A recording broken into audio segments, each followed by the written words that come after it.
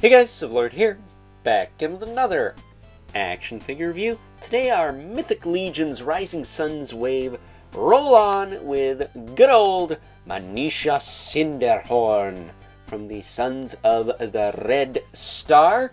This figure is of course brought to us by the fine folks over at Horsemen Studios, who will remain fine folks despite the fact that I had one QC issue with my particular figure, and I also have a pretty small and or minor gripe that our friend Nieve, the Frost Elf, will be able to help us out with tomorrow, so stay tuned for that review. But before we get too far ahead of ourselves, why don't we cut right to the chase and get into the meat and taters of this review and take a look-see at all Manisha has to offer in terms of accessories, starting off with a pair of fists, so she can punch you right in the kisser. That's always fun. She also has a pair of grip hands with the inappropriate hinge for holding stuff, but I've probably beaten that dead horse to death and then some.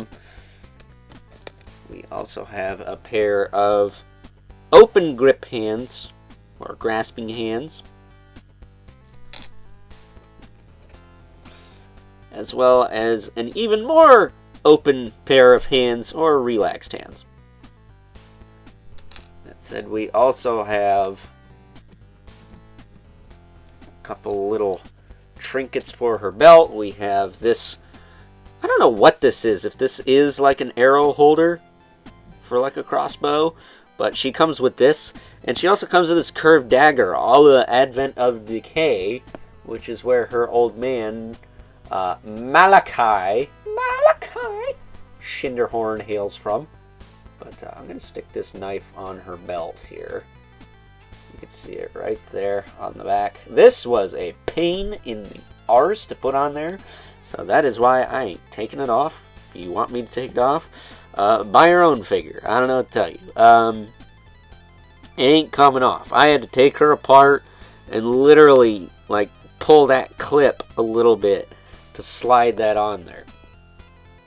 That said, we do have a crossbow with no arrow, and this is where Nieve, the Frost Elf, will come in handy, because she has a ton of arrows, and because I'm, partially stupid, maybe really stupid, I didn't think to put one in there when I took the picture of her, not only for the URL of this video, but on my Instagram, so she's literally holding an empty crossbow. Smooth move, X-Lax. That said, she also comes with this very curved and fragile AF looking spear. I would be very careful with these side pieces, just because this is a tight fit. And you're literally like playing with fire pushing this thing on here, because you have to turn it to get it on there. So I don't know if you could heat this, make it easier. Doesn't feel like it's softer plastic, but I've been wrong before. But there you go, you get that. And now on to the QC issue I had with my figure. Here's a wire. You want to know where this wire came from? It came from her skirt. So, yeah, I'm going to have to contact Horsemen about that one. It literally fell out shortly after I filmed the unboxing video for this figure on my Instagram. You can see it sticking out during that, but literally seconds after I was done with that, it just fell out. So, taking a closer look at Manisha, she does have a nice wired cloak with a much better wire in it. I wish this was in the skirt. The skirt just seems to have the same thin, poopy wire that we're used to seeing, which sucks, because I thought we were past this. Now for another, why is this wired anyways? This doesn't need to be wired. Maybe the loincloth, okay, I'll give you that one. But the skirt, I just want the skirt to hang. I don't need it to pose. That's just so weird to me.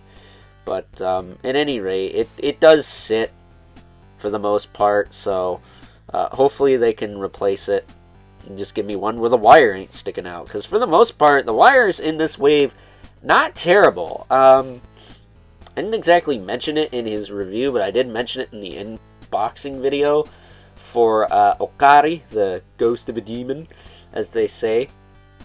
He has like the Monkey King scarf piece that hangs down, and it's a little short on one side, but nothing's like poking out or like stabbing my fingers or anything like that, so I just left it alone. But as far as her articulation goes, back to Manisha Cinderhorn, her head can rotate, bobble all around. Speaking of which, because I got distracted by the QC issue, I forgot to mention she has an alternate head with a ponytail or a bun. I believe this is from Ziri Inspire, but it's the first time I've had it. And then we also have a head with the longer hair. Personally, I think this head suits her more, but there is no denying that out of this wave, I think Manisha gives the most head. But either way, ball joint in the head. She's got a plastic hood. It is what it is. I like the mask look for her, though, because if you're gonna have this cape, you might as well have this hood, and you can't have that in that ponytail head or bob head. That said, her shoulders can go out. She has the same arms as Bastet, at least down to the elbow, which is just a single joint with rotation. She does have a glove twist. On this side, it's fairly loose. I could pop this off without heating it up, so I'm probably going to try and pinch that a little bit, see if I can tighten that up a bit, but it's nothing that I really feel the need to get replaced, at least not yet. This side is a lot tighter, especially when you get to certain points, which the other one is too, but not nearly as tight as this one. Then she does have the hands with the appropriate hinge for holding weapons. You can hinge them up and down and rotate them. Her diaphragm joint, I want to say, is a little more stuck than Dace Patar's, who also has a diaphragm joint like this, but I don't know, I kind of like it being tight as opposed to loose, so probably going to leave that alone. She does have a waist twist. Unlike Bastet, pretty tight. My Bastet had a loose waist twist anyways. Hips will kick out, forward and back. Thigh cut. Are these new legs? These might be new legs. They got some armor plating there, but I can't tell if these are old or new. Single jointed knee with rotation. She does have a boot cut, which, like Atlas, was a little stuck initially, but once I got it working, it worked fine. And then she does have ball hinge ankles that will rotate, hinge, and pivot. And of course, she has peg holes at the bottom of the feet. And that is your lot. I'm going to hang this off her belt here if I can get it on. There we go. That's it. That's it.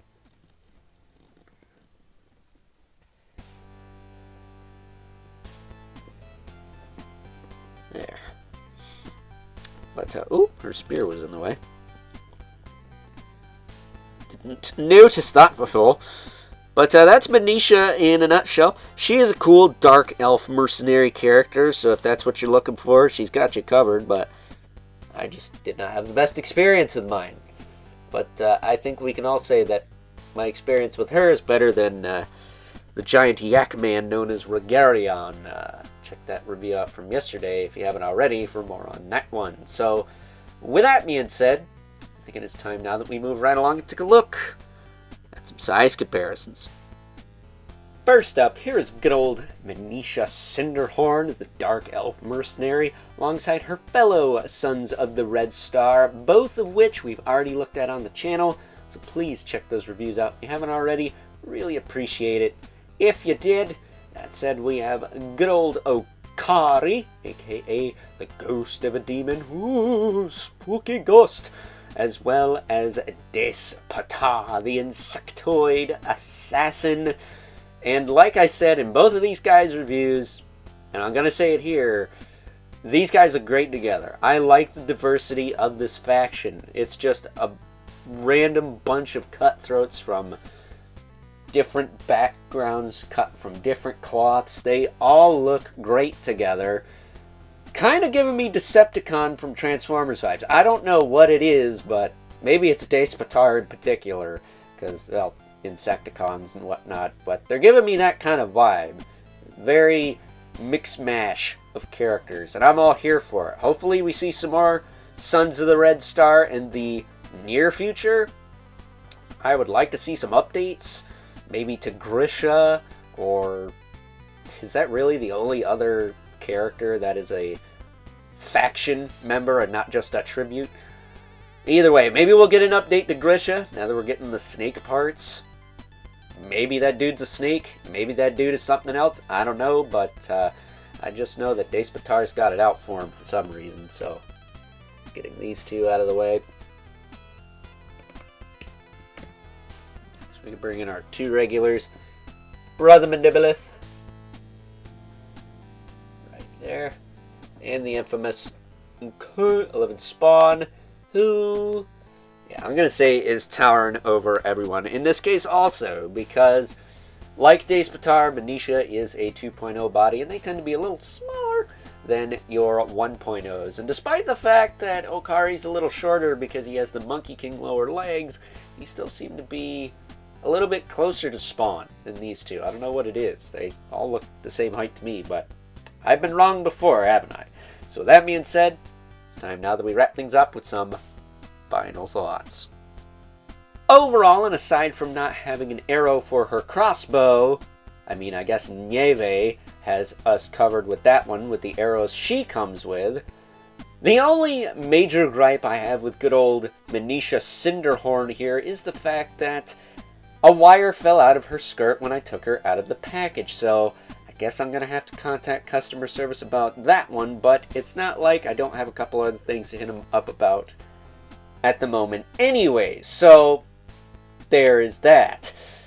Other than that, though, I would say if you're looking for a really sick Dark Elf mercenary character for your Mythic Legions collection, or collection in general, Manisha Cinderhorn has got you covered in spades. She is really cool, despite my gripes with this figure. So, with that being said, I hope you guys enjoyed this review. Until next time, I'll catch you guys later.